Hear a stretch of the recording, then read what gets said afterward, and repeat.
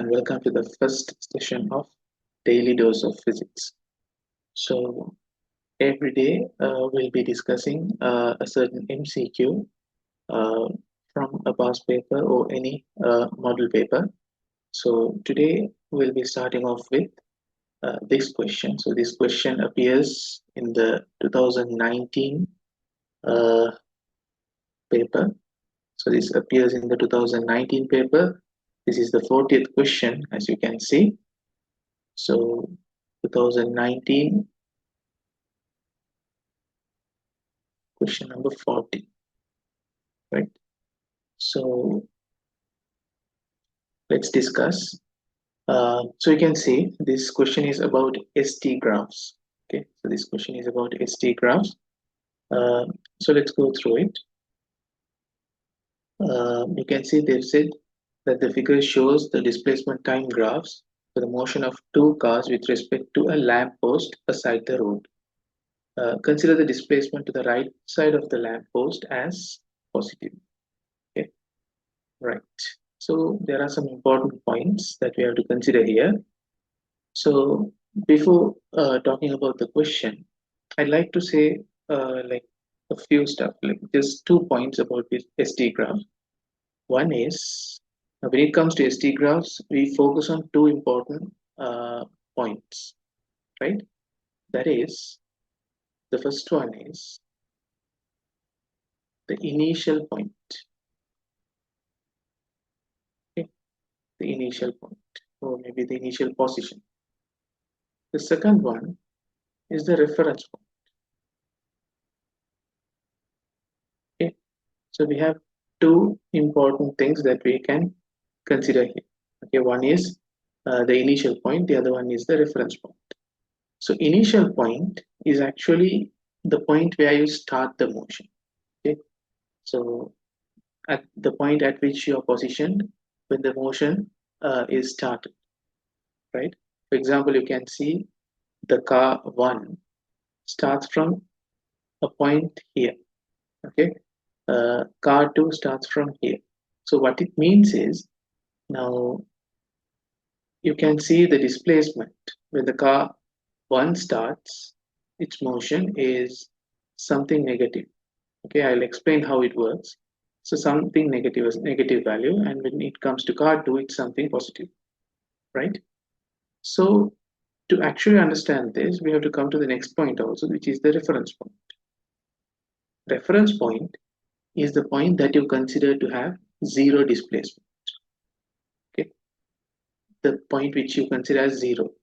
Okay, zero displacement point, right? That's the reference point. So here you can see they've said about the reference point. They've said the motion of two cars with respect to a lamp post. So that lamp post is the reference point. So let's take the lamp post. So this is the lamp post. So with respect to this lamp post only, we consider the motion of the cars. Okay, so they've said the direction to the right of the lamp post is positive. So if you go to this side, you'll have positive displacement. If you go move in the opposite direction, you'll get negative displacement, right? So in that case, you can see with this now we'll connect what we told about initial point. So in the initial point, you can see the car 1, its initial point is at a certain negative value. We don't have the value, but you can see it's a negative value. So we can say the car 1 is somewhere here, the negative displacement. Okay, car 1 is here, and you can see car 2 has a positive displacement initially, so the car 2 is here. Okay, so we'll mark the names as well. So that's car 2, this is car 1. Okay, this is car 1. All right. Now you can see okay, so you can see now if you consider the motion of car 1, you can see it's becoming positive, right? You can see it's going towards zero. Car 1 with time, its displacement is getting close to zero, and then it's going past zero and it's becoming positive, which means we can expect the car to move in this direction. On the other hand, car 2, its displacement slowly approaches 0 and it becomes negative. So we can assume that the car 2 is moving like this, right? So car 1 is moving to the right, car 2 is moving to the left, right? So you can see car 1, okay, car 1 reaches the reference point, the lamppost here. You can see at this position. At P, it reaches the lamppost, right? So in that case, we can see, according to the point P, you can see the car 1 comes to the lamppost, and that's the incident that happens first. So car 1 reaches the lamppost first, right? That's the first thing that happens, first significant incident. Next, we have Q. At Q, you can see both the car 1 and car 2 have the same displacement, which means they are meeting each other, they are intersecting each other. So car 1 first of all passes the lamppost, then meets the car 2. Okay, so first passes the lamppost, okay, lamppost, then meets car 2, right? And then it just goes on.